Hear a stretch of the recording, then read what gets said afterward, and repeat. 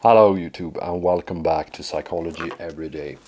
So I wanted to elaborate on what I was talking about earlier, and I guess today's episode could be called What I've Learned and Unlearned So Far after 3 years of university, but that would have to be a complete series because it is a lot actually. I've learned a lot in the sort of original program, but since I've been studying on the side for all of this time and had a pretty intense life to go along with it, um, it is far too many topics to cover. But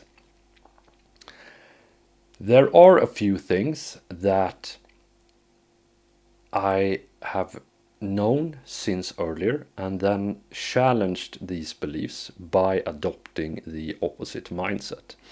When I intend to learn and understand something, I need to, and I think everyone needs to, completely engulf yourself in that idea or philosophy.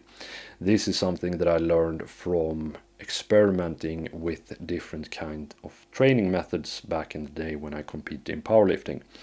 If you're going to try out an accessory lift, you need to do it all the time and just see what happens, and then you will get some sort of inclination if it's good enough to fit into your limited budget. I have spent a lot of time throughout my years with some quite wise people. They talk about in Sweden how there is something called bondförnuft, or farmer's wisdom. You could call it like that. And when I came to university, I had, of course, listened to a lot of people on the internet that said that there were some crazy ideas going on in the universities. So I came in with my guard up and decided to adopt this mindset of mulching ideas. So I would listen to what someone said and I wouldn't argue with it, but I would carry it with me and ponder upon that idea. And with some things, I've done that, and with some things, I have completely adopted the mindset, like Jungian psychology, because in order to understand hockey, you gotta play hockey. There are two main ideas that I want to talk about today that I came into university and I challenged them over the last few years, and they have stood the every test. They are true as far as I can tell. The first idea, and then I'm going to talk to you about one thing that I have sort of changed my mind on. The first one is the importance of your situation and environment for happiness. When I came into university, I had my best year so far. I was very happy that year, and they spoke about, what makes a person happy or not, and what makes us miserable, and stuff like that. And I was flabbergasted about what they said. And I was like, this is not true at all. Of course, I have quite a bit of hubris and arrogance. Some would say well deserved. And I started drawing out my model for what makes a person happy. And that is, I don't want to spoil the name. I'll talk about it on Monday. But if you are in an upward trajectory in your life, you will be happy. If you are in a downward trajectory in your life, you will be miserable. Singular events will not affect you very much. If you are in downward trajectory, getting a gift won't make you happy. if you are in an upward trajectory, resistance and challenges and losses will not bring you down, because it is just like this. And this is something that I have tested, and I have confirmed it,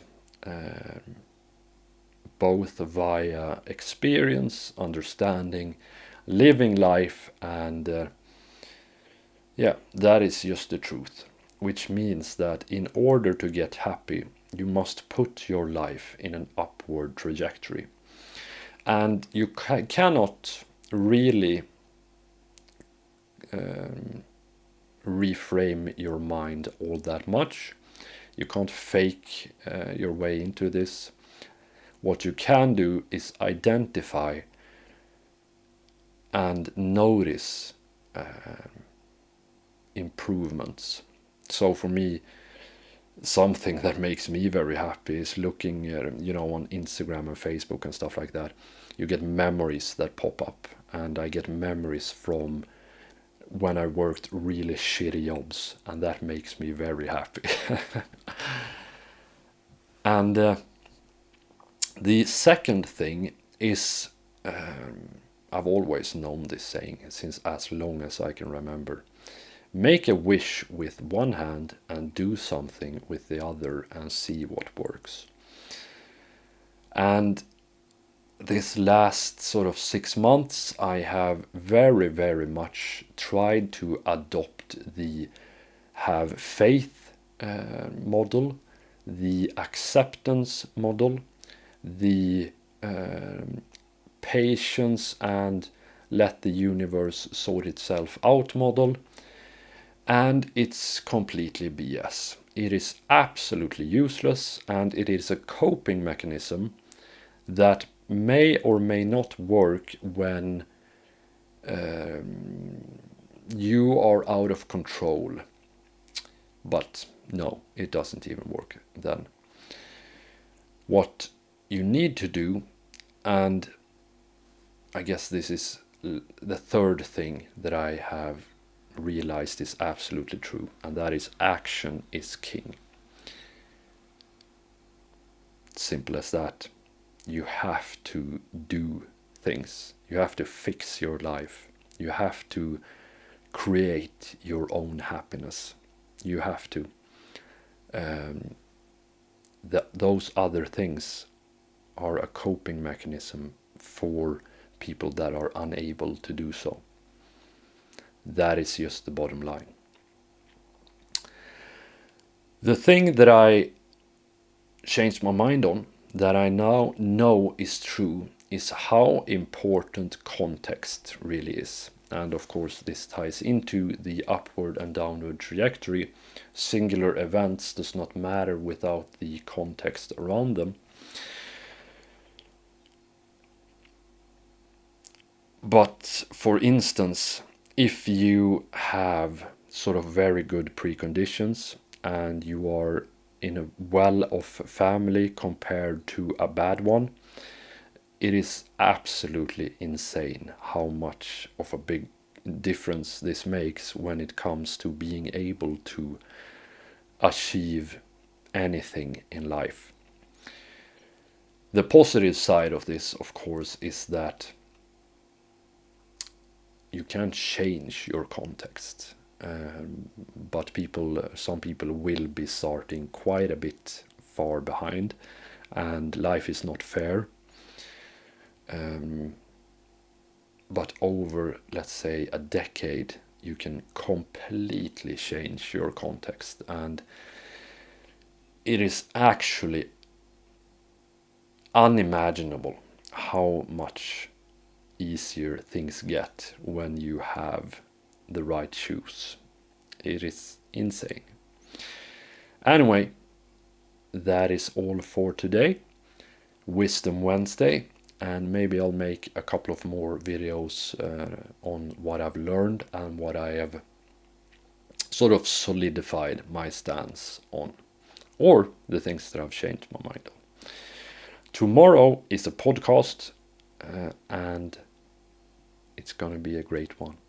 Have a fantastic day, everyone, and I will see you tomorrow. Bye.